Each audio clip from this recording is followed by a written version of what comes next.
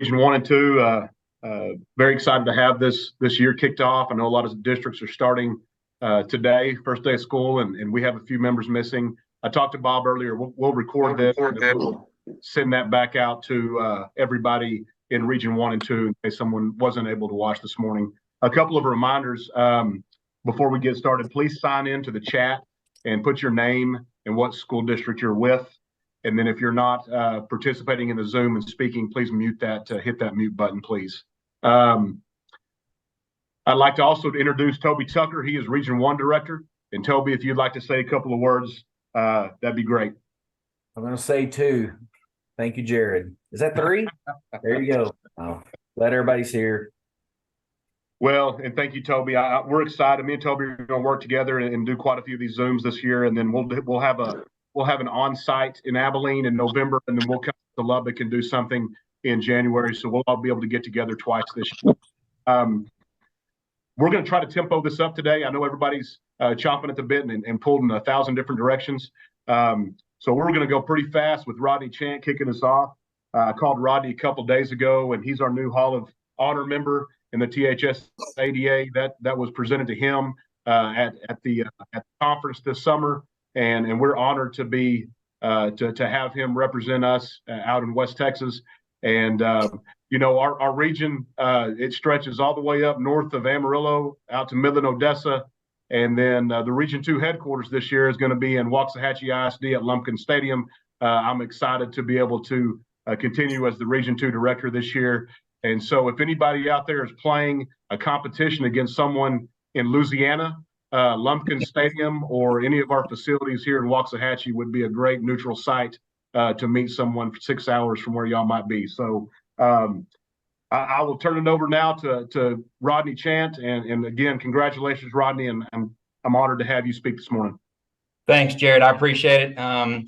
Great to be here today. Great to see everybody. I'll be short and sweet to the point. People know that I'm a man of few words, but I hope that you were able to get away this summer and do something with your family, do something special, get away. My wife and I, for the first time, took a vacation, and I couldn't tell you how many years we headed over to Israel on a Holy Land tour and followed in the footsteps of Jesus from the top where the Jordan River starts all the way down to the Dead Sea. And it was a great experience, and really the first time I've been away in quite a while. So I hope you were able to. I know Coach Gerlich out in Friendship went to Alaska. And so, but I hope you and your family were able to get away. Just appreciate each and every one of you so much and what you do and the leadership that you show for your athletes, for your coaches. We know that people don't understand a lot of what we do and understand what we have to deal with on a daily basis. And so I just want to thank you for what you do and the time that you put in. And the influence you have in athletics, not only out in West Texas and Region 1 and Region 2, but across the state. So the video I was going to show, if any of y'all have not seen that, the reporter is asking the guy from Milwaukee, I always mess up his name, about his season. And they lost last year, and asking him about it being a failure. And the player goes into talking about, it wasn't a failure. It's a journey. We're not all going to win games in every game. We're not all going to win state championships, but it's a journey to get there. And some years you're going to have good years. Some years you're going to have bad years. Things are not always going to go your way, but it's a journey. It's a process of trying to reach the goals that those kids and those coaches have. And we all know, the very few reach that pinnacle of state championships. But the fact of the matter is, if those kids find any success in any way, shape, or form, that's only going to make them a better person, a better mother, a better father, a better brother, a better sister in the long run. And we're in the people business, and we're about building kids up and developing them so they're successful after they graduate high school. So I just encourage you to continue to do what you do and make a difference in the lives of athletes and coaches. And just appreciate each and every one of you, and hope you all have a great year. Thank you so much, Rodney, and really appreciate those words. And I knew when I called you a few days ago, you would bring us something that was that would touch us in a time right now that we are, digging out of emails, and we're trying to just making sure all the locks work, and coaches are wanting to make sure that their sprinklers aren't running during practice, and it's good to hear and pause for a minute and hear and be reminded about what's most important in our jobs and in our careers. And really appreciate you sharing that this morning. Thank you so much. As I said, we're going to move pretty quick today. We have 3 state sponsors. So at this time, we're going to start with Gipper, and we have Emily O'Connor on this morning. And so, Emily, it is yours, and I think you might have a few slides to share. Yep. Hey, folks. Hope everybody's doing well. I'm going to share my screen. Let me know if for some reason it doesn't work, even though it did work before. So can everybody see this all right? All right. So I've got a couple of quick slides real quick. First off, thanks for having us, guys. Super excited to be here. Proud sponsor of the conference, of the association, and really excited to kind of just chat real quick because I know you got other things to handle just about Gipper. So I guess I'll start off with a question too, but I know we're all on Zoom, but by a show of hands, like who here has checked their social media accounts today? Couple folks. Yep. Nowadays, right? Social media is a big aspect of everybody's lives. It's not going away. You probably log on, you see some professional examples from your favorite teams, right? Game days, score updates, player of the games, things like that. And so nowadays, the same expectation or this pressure has now fallen onto the laps of high school ADs. However, nowadays, you guys have the most teams to cover, but the fewest resources to do so effectively, right? Professional teams, Division I colleges, they all have marketing teams, graphic designers to do this for them. So not everyone always has the time for it or the design expertise. So the question really becomes, how is this achievable for you guys? All right, I'm here to tell you that Gipper is a quick and easy tool to help you guys look great, to not only promote your student athletes, but again, give them the best positive experience that they can have. Everybody likes to be highlighted, and nowadays all the kids want to be highlighted on social media so that they can share it with all their different friends. I played high school and college basketball, small Division III Catholic U out in DC. And I just remember personally my feelings whenever I made the post-game box score. I was just like, hey, look at me, share it out. My dad shared it out. All my aunts and uncles would share it out. It just truly meant a lot. It's just a small little showcase, but it does go a long way in terms of, how you feel about your season. So in this short gist, Gipper is a platform. We have thousands of ready-to-made templates for you guys. You can fully customize to your school's brands with colors, logos, team photos, etc. There's a little bit more advanced stuff that you guys can get into if you want to as well. So we just want to be here to help you guys start off the new school year with a bang. So also just want to note, we are running our back to school promo now. It's up to 30% off select plans if you guys are interested. If you want to learn more, there's 2 ways to go about it. You guys can always reach out to me. I'm one of the sales rep, or you can also scan this QR code and book a demo. I'll be happy to walk you through the platform, figure out, what might be the best option for you guys. I did recognize a couple names too in the chat. And if you are an existing customer, I do also want to note there is a promo for you guys as well. 20% off upgrades if you guys are interested. If that's the case, you can reach out to me or directly to your customer champion as well.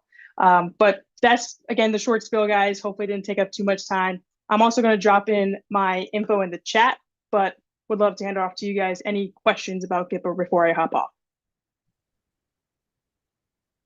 Emily, I'd like to share real quick that we use Gipper, or I use Gipper, and really appreciate how easy that has become for my coaches to use. So thank you for sponsoring us as a state sponsor. And if you don't have a social media platform, I can tell you Gipper is really good for the young coaches that are good at everything and the older ones that really don't know how to navigate it. So thank you, Emily. All right, next we'll jump over to someone that we've all seen many times, Jen Gross with Sports U. Thank you. Good morning, everybody. So I, like you all, I'm headed back into my season. I'm a girls' head soccer coach. We're a fall sport up here in Connecticut. And I'm watching the booster week right now and then setting my rosters next week. So I am coming to you as a Sports U rep, but also as a coach who's the head varsity coach of a 3-team program. And I use Sports U every day. Many of you are kicking off the school year with Sports U in the hands of your coaches. And I just want to say thank you for that. I would say for those of you who are not yet mandating Sports U district-wide, Highly recommend it for a couple reasons. One is your coach's communication. So you can see my campus AD has eliminated emails that weren't getting checked, that were getting ignored. So building hours, how we can call somebody that's like a facilities staff person, what's going on for freshman coaches, modules coming up for training. Our trainers will put their emergency action plans. Our athletic trainers are on here as admins. So as a campus AD, when you have a coaches group, you can customize it however you want. Just hit the create button. I will also say, for coaching philosophy, just a quick refresher for you all. As a head coach of the program, I set up an off-season player info and parent info team. Most of my parent communication is one way, which is fantastic. I also have my booster mom as an admin of both. So she's reminding the girls about some preseason camp reminders. And then when I graduate my 10 seniors last year on our varsity team and their parents, I invited them to our alumni and friends group, put my announcements in there. And then when I set my rosters next Saturday after our 5 tryout sessions, they will get access codes to varsity parents, JV parents, freshmen, and freshman parents. So just going to the campus level, I know we talk a lot about Sports U at the association level. That said, really want to make sure that you all, as both Region 1 and 2, and I know Jared and Toby have shared these codes, but I want to make sure that you all have your access code. So we are proud partners of THSCA. You've heard me say it many times, but really important when you think about your coaches talking to kids and parents, we are school safe. You can pull a records request for a minimum of 7 years. Some of you have done that. It's protected coaches or protected your district when a coach is a knucklehead. So that said, you can do a records request for a minimum of 7 years of any communication in your district. We're not selling student data. It stays in the US. So if you have coaches on Band or Heya or other international platforms, that data is leaving US soil. It's a big no-no. So let's get them on a US owned and operated communication platform.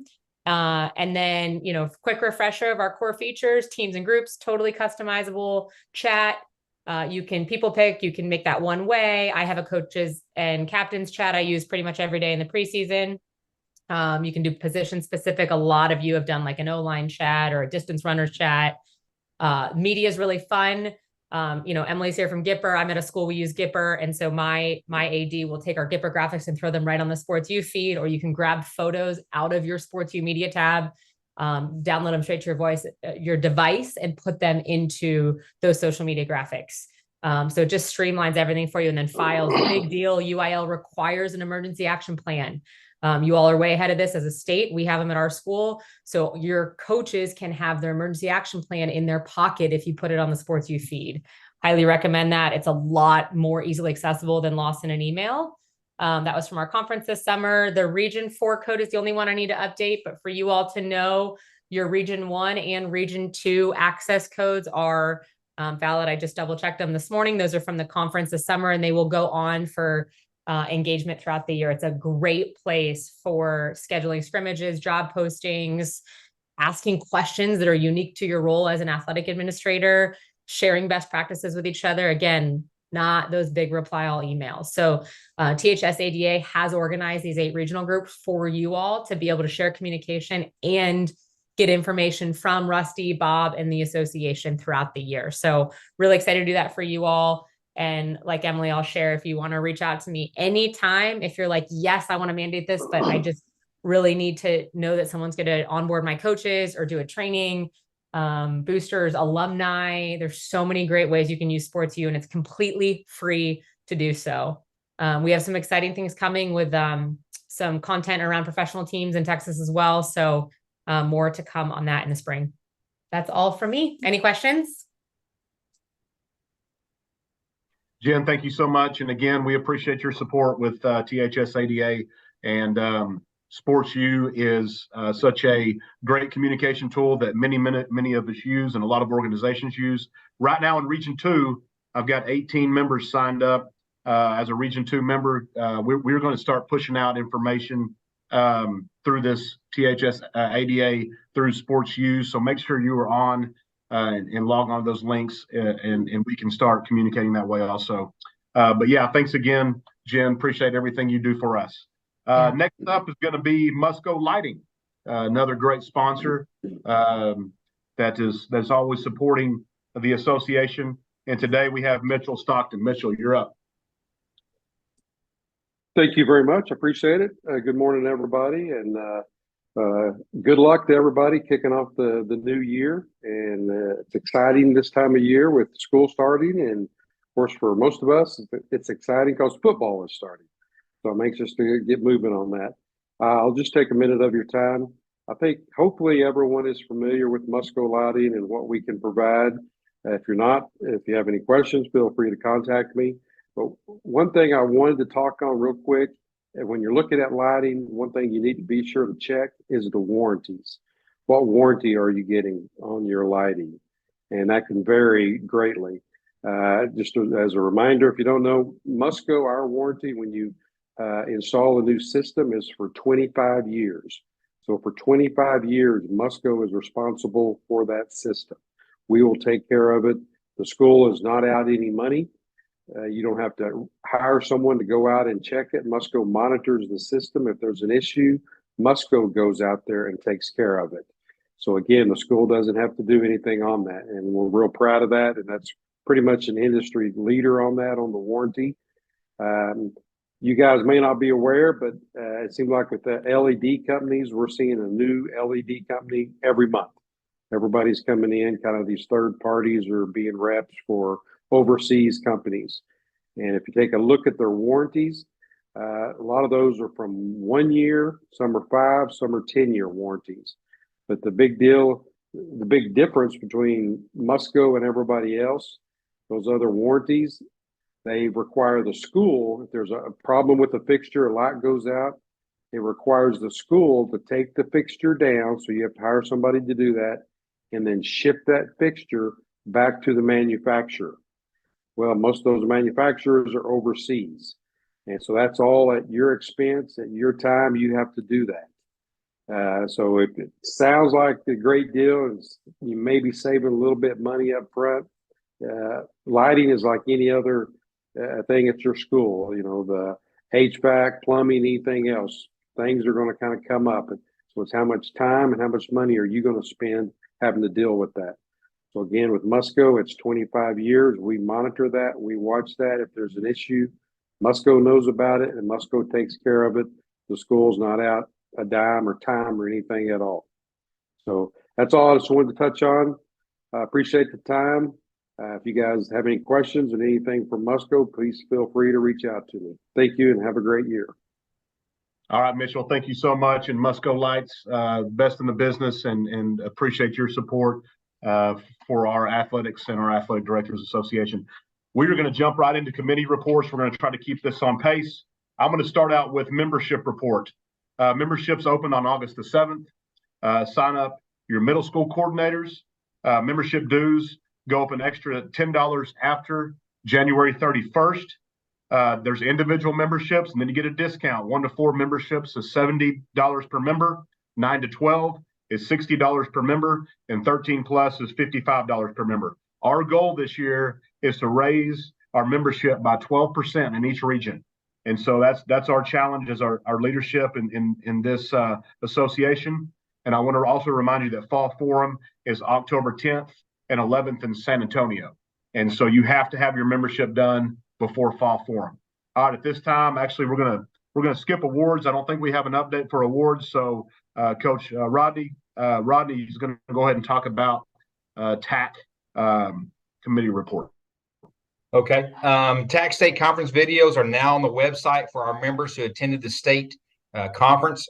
Professional development certificate of verification is available for members who attended that state conference. I would assume if you go in and under your membership, you'll be able to find that and print that out to be able to submit for your professional development and get credit for that. TAC certification requires the completion of 30 total courses. Completion of 5 of 8 TAC 100 courses are required in the total of that 30. TAC committee has recommended an additional section of TAC courses, which are going to be under 600, and this is going to focus on leadership skills. This will be something new that's coming forward. And then the updated TAC list of certified members is being updated as members complete the state conference videos. And so that is all we have in regards to TAC professional development. All right, thank you, Rodney. All right, policy with Lou.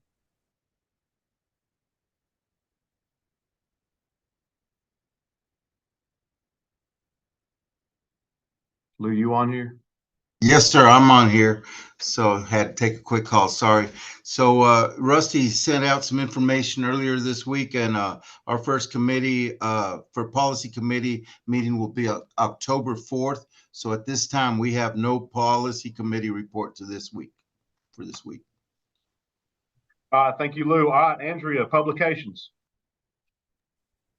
Right now, publications is just getting around with the new school year. Our next publication will be post-legislative. The big deal is we've got some people that got bonds passed. We've got Abilene ISD looking really good with their facilities. As you have pictures like that, please share them with either me or Scott Campbell, who's Region 2, so that we can get you out there and show you off. We enjoy celebrating with you. All right, officials, Coach Dudgeon. Officials haven't met since the meeting in the summer. Everybody should have by now the updated 3-strike policy. I know Coach Womack has that, and I believe has sent it out to us already. The big change on that is be aware administrators and school board members are now down to 1 strike. They don't get 3 chances on it. Beyond that, nothing else has changed there. But if you don't have that sheet, please let us know and we'll get it out to you so you can kind of make aware of changes that happened on that over the year. All right, Coach, thank you. Go be Cisco. All right, there's no athletic update. And then Tracy, I don't believe you have an NAAA update either. So at this point, Bob, we're going to turn to you for state business. Very good. Thank you, sir. Just got a couple of updates. Jared already mentioned that Fall Forum is October 10th and 11th. The first day will be at the Estancia Hotel. We'll have a reception. We'll also have a really unique general session. Then we'll transfer on Wednesday over to Northeast ISD, and we'll have a full day of TAC classes. We'll also provide breakfast and lunch for all attendees. Like Jared said, you have to be a member of the association, so you got to renew your membership before you can come to any event. Right now on membership, we have 300 plus people that have renewed their membership out of last year's 1,600. So I would encourage you guys to get started on that. And while you're in there doing your membership, go ahead and sign up for Fall Forum. If you sign up for Fall Forum but cannot attend, that's okay, because you still have access to the videos if you're interested in getting TAC credit. Award nominations begin September 1st. We'll have things going out in e-news regarding that. And we have 2 new awards this year, Superintendent of the Year and also a THSADA citation for those of our members that go above and beyond. Maybe they're not the regional AD of the year, but they did something really special for the association. So we're going to recognize some of those folks. And both of those will be added to the Hall of Honor celebration. And then if you're interested, the THSADA calendar, comprehensive calendar, is up on the website. If you're a committee member and you want to know who else is on your committee, the whole list is on our website also. So that's really all that I have today. Thanks, Jared and Toby, for hosting the meeting. And I bet you're ready to go on to AJ and UIL business. Sir. Hey, and that's what we're going to do for our regional business today. Is the UIL has reached out to us. AJ Martinez is going to speak to us and give us about a 15-minute presentation. I'd like to just give Ray Zepeda and all the athletic directors in the UIL right now a big shout out for the communication that I've seen coming out of their office since Ray took over a couple of months ago. Phone calls, emails, text, checking in, not with just him, but other members of the UIL group. Got a call from Joseph Garman this morning, just checking in, and I'm sure that's a challenge from Ray down to his staff to hit the ground running, and I really appreciate that. And AJ, I appreciate you reaching out to us and wanting to be on the Zoom today. That shows that y'all are wanting to reach out and be in touch with our athletic directors across the state. So at this time, AJ Martinez. Thank you very much, Jared. Hey, first of all, I want to say thank you for allowing me to be on here. This is great.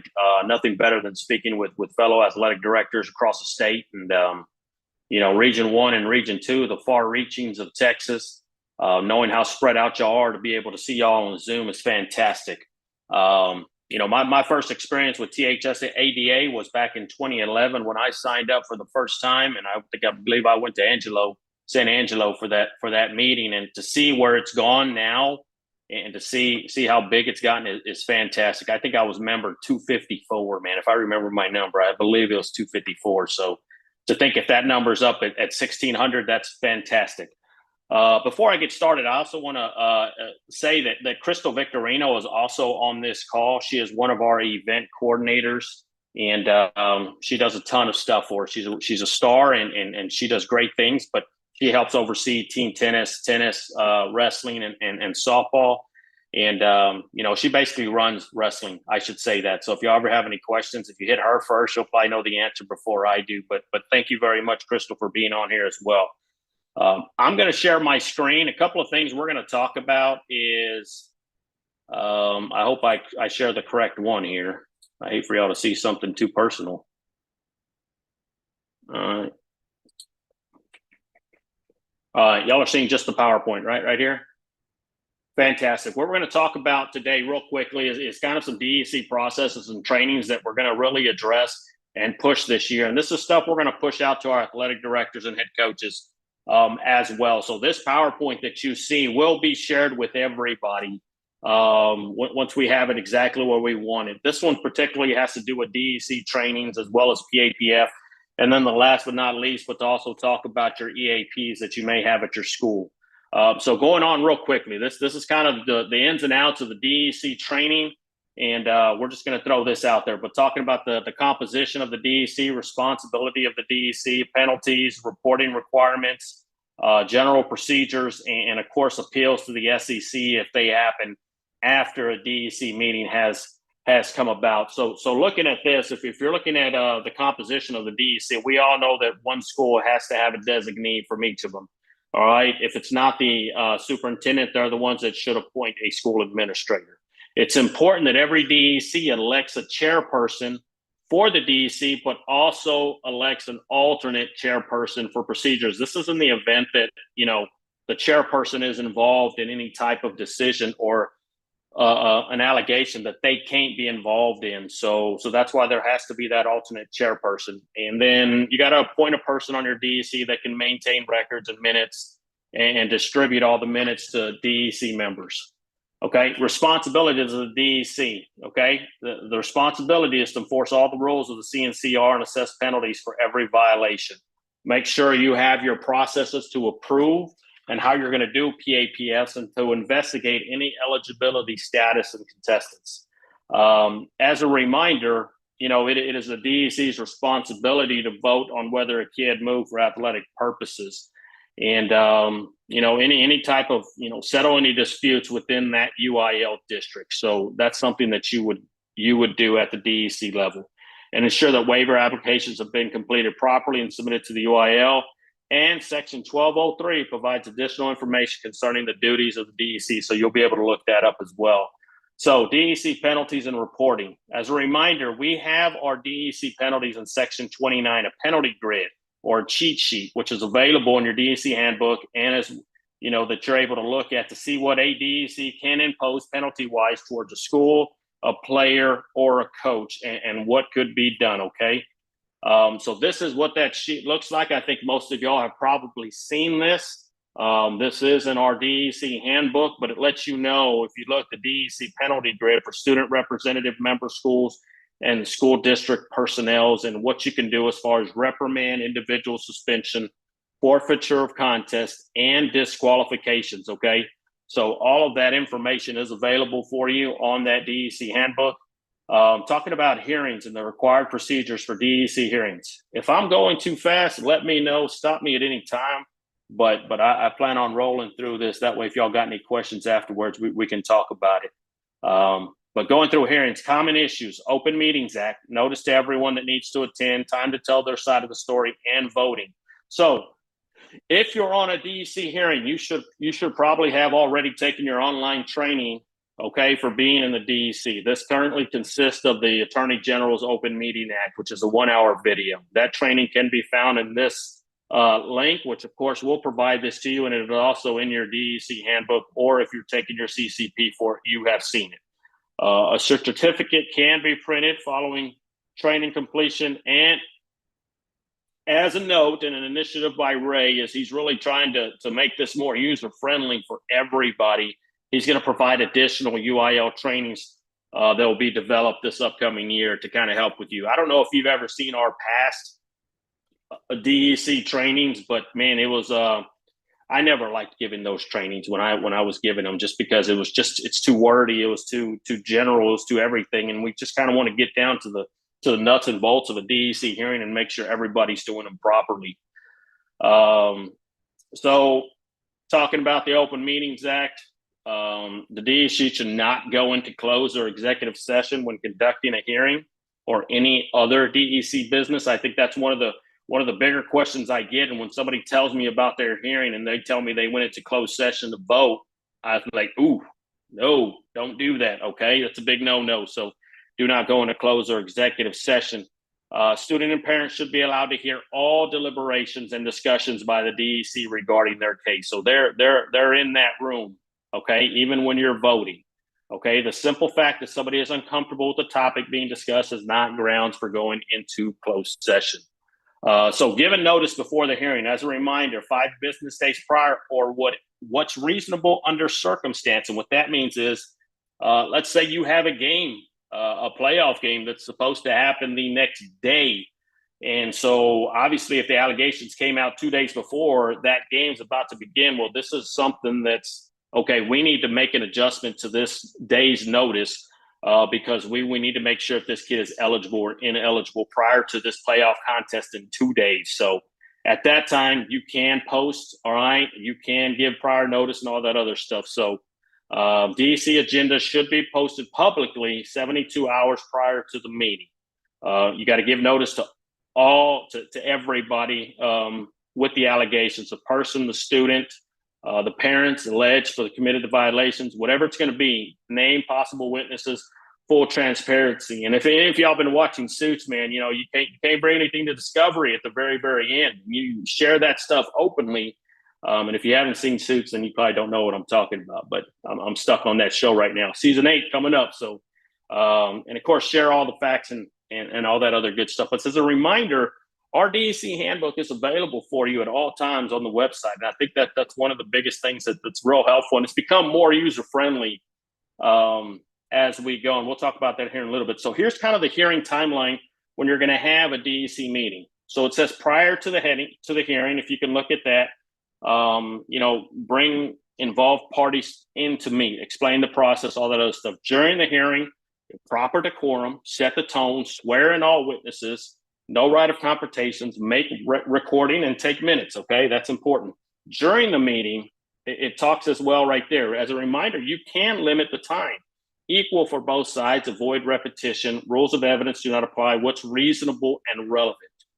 And when you're concluding your hearing, okay, typically person, school facing allegations go first and last. So the people who are facing that, they will usually talk first and they'll be allowed to talk last as well. Before each side concludes their last opportunity, we ask that you say anything else. Is that everything you want to say? Have you given us everything and you want us to consider? And then, of course, you vote at that time. And that's an open vote out where everybody can see and everybody can hear, and make sure you document exactly who voted for what. And that way you have it all on record. Following the hearing, walk the family out, finalize the minutes, and retain your records, okay? Because if this needs to go to the SEC, all right, you are going to have to share your minutes with the SEC to make sure that you followed procedures and all the guidelines that are set forth when having these meetings. So any discrepancy in that is always cause for concern once you get to the SEC, and it'll always be brought up by the alleged people who are trying to fight this, saying that procedures weren't followed correctly. So remember, voting. Members do not vote if they represent, if they're presenting a formal protest or presenting evidence and arguments, they're making a report of the violation, are charged with the violation, represent the school, the student is questioning and leaving, and then representing the school, the student question is changing to. So remember who can and cannot vote. You need to remove them from the voting, make sure they know before it happens And then you go. So voting decisions. Decisions must be rationale based, rely on evidence presented at the hearing. Okay. Credibility is always an issue. We have scripts that are provided on the UIL website when conducting votes, such as this quote right here: all in favor of approving the PAPF, declaring the student did not change schools for athletic purposes. And then all opposed. We do this so somebody doesn't sputter around trying to find the right motion to make when they're doing this, okay? And we provide those scripts. That way you're able to say, okay, all in favor of approving the PAPF, and they get an accurate vote and whatnot. So in appeals to the SEC, parents should always be advised at the end of the DEC that they can appeal to the UIL State Executive Committee. However, if both the receiving and the sending school believe that the student moved for athletic purposes, then there's no appeal to the SEC. Okay, if both schools involved agree that the kid moved for athletic purposes. These are things that we have in our DEC handbook. They include scripts, hearing notices, agenda, and minute templates. Okay, so if you look at this, if this is a screenshot of our website right here, the DEC handbook. If you look at that, you'll see DEC minute templates. It gives you a template for everything, a Word document, and we even now have fillable PDFs. So if you look at the right of that screen right there, that's a fillable PDF right there for a business meeting.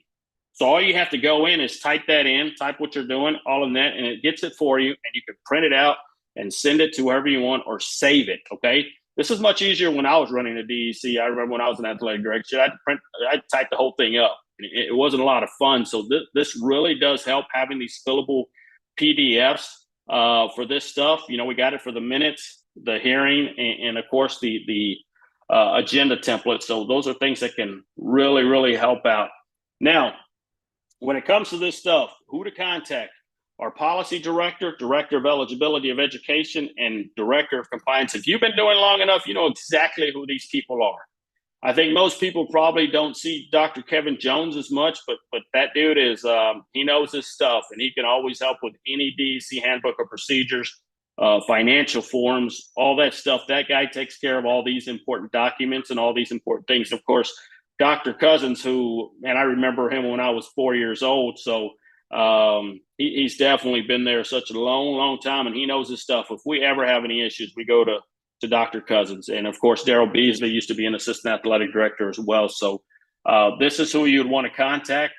All this is available on our website as well. If you ever need their cell phones, holler at us, okay? Let me know. We'll shoot you their cell phones. I think most people have Cousins or Beasley. You may not have Jones, but hitting Cousins or Beasley is always, they'll normally get back to you. So moving on, PAPFs. Another reminder, we really want to stress how important the PAPF system is. And we want to make sure that people understand that any new kid to your district, any new kid to your feeder program, stuff like that may not have been there prior to 8th grade, they need a PAPF done in their first year of participation.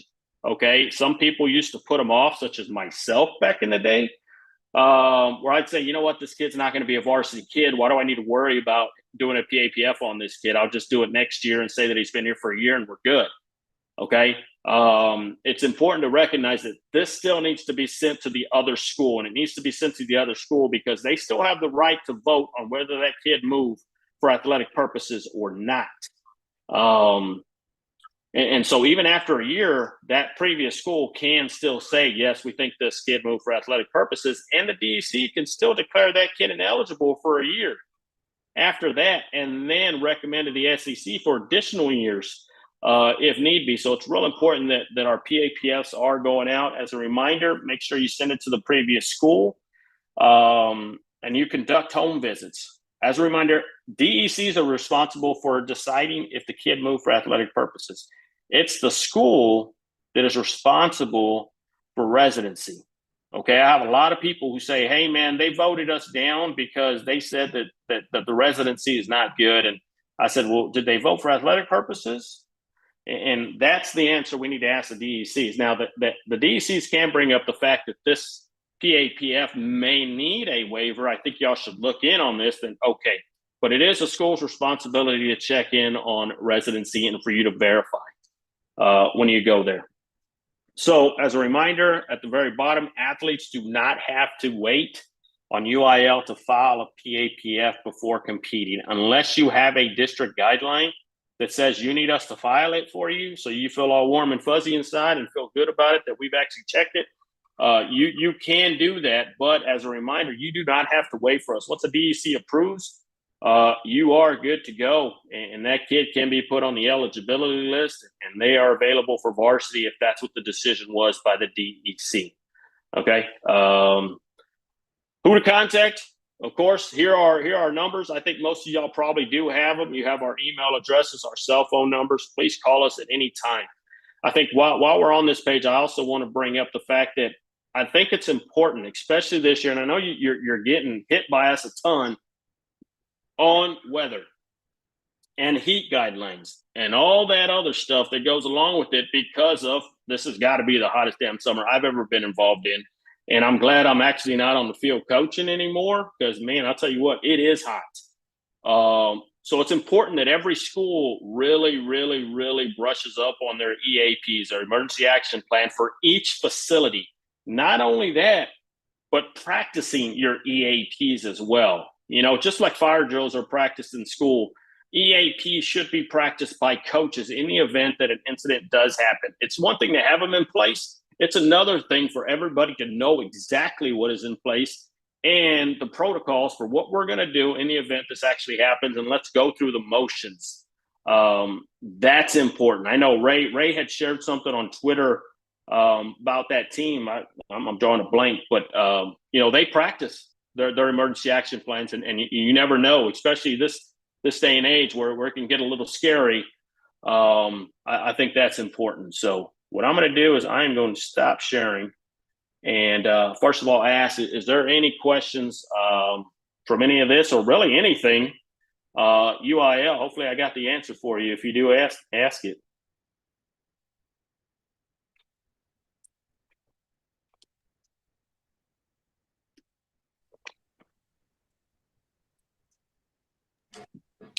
AJ, a Yes. question that I've had before.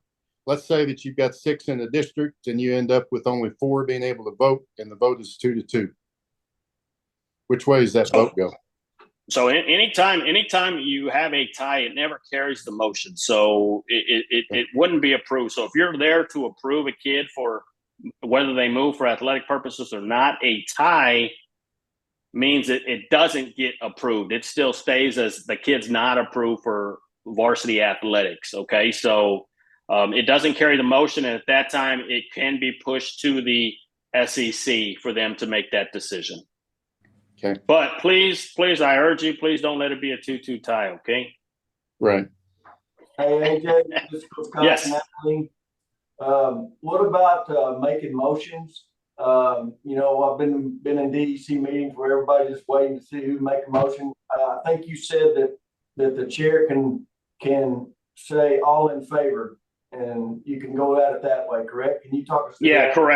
Correct. We do have we have several motions that are listed in our DEC handbooks that kind of give you an idea of what you want to say prior to anything that's going to happen. So yes, you're coming in with the motion already when you set up that meeting. So the whole thing is everybody knows that you're there to vote on whether the kid moved for athletic purposes or not. Nobody ever has to really say that motion, because that's what it is. So when the DEC chair says it, I mean, it's something that everybody already knows. Hey guys, we're going to have to wrap this up. Bob's got to hop off and get another Zoom meeting linked up. But I can tell you, AJ's available, Grace is available, Ray's available, Joseph's available. These leaders in the UIL, reach out to them if you have any questions. And AJ, I really appreciate your time today. You know, I can tell that it's important as the new leadership has moved in to be great communicators and get this information out, and we appreciate that. So at this time, I'm going to close. Toby up in Region 1 and myself would like to close this meeting. Thank you all for everything you do, and really appreciate the time that you give us today. We did it in 50 minutes. We went 5 over, Bob, but Hey, great job, team. And y'all have a great start to your year. Our next meeting will be a Zoom meeting, and that's going to be on September 13th. Bob, is there anything I'm missing? No, sir, you're good to go. Great meeting, guys. Thank you. All right. Thank y'all so much. Have a good day. Good luck to y'all.